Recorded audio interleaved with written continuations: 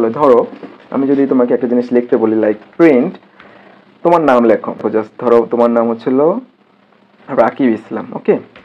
রাকিব রাকিব ওকে, দেন হচ্ছিল তুমি আরেকটা প্রিন্ট ইউজ করলা ইসলাম, ওকে। এখন মানে তোমাকে আমি বলছি যে কি দুইবার প্রিন্ট করবা তোমার ফার্স্ট নেম এবং সেকেন্ড নেম, তুমি দুইটা প্রিন্ট ফাংশন ইউজ করে প্রিন্ট আউট করে আমাকে দেখাবা। তো তুমি যদি এটা রান করো তাহলে কি দেখাবে দেখো তো, রাকিব ইসলাম দেখাইতেছে, বাট আমি তো বলছিলাম যে একসাথে দেখাইতে, অর্থাৎ রাকিবের পরে তোমার একটা স্পেস দিয়ে তারপর ইসলাম দেখাবে, হ্যাঁ, বাট সেটা তো করতেছে না, এটা তো নতুন একটা লাইনই দেখাইতেছে।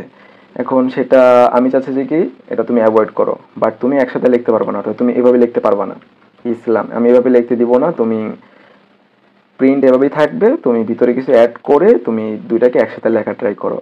হ্যাঁ, ভিতরে একটা জিনিস অ্যাড করলে তোমার নতুন একটা লাইনে গিয়ে তোমার ভ্যালুটা প্রিন্ট হয় না, সেটা হচ্ছিল তোমাকে এখানে লিখে দিতে হয় কমা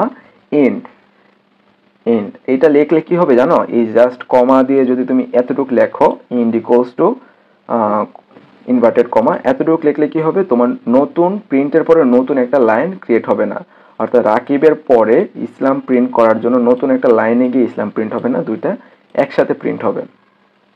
দেখছো রাকিব ইসলাম একসাথে প্রিন্ট হয়ে গিয়েছে। তা আমি এখানে বেসিক্যালি কি বলছি বলতো, প্রিন্ট রাকিব প্রিন্ট করো এবং রাকিবের এন্ড, এন্ড মানে কি, এন্ড মানে হচ্ছে হলো তোমার শেষের দিকে, রাকিবের শেষের দিকে এটা অ্যাড করে দাও,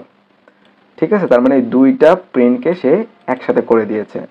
এই ইন ফাংশনের সুবিধা হচ্ছিল কি আমার নতুন লাইন ক্রিয়েট করবে না, বাট আমি চাচ্ছিলাম যে রাকিবের মাঝখানে একটা স্পেস থাকবে, সেই ক্ষেত্রে আমি কি করতে পারি, সেই ক্ষেত্রে তোমাকে এখানে ইন্ডে পরে বলে দিতে হবে যে তুমি রাকিবের পরে এই ইসলাম অ্যাড করার আগে তুমি এদের মাঝখানে কি রাখতে চাও,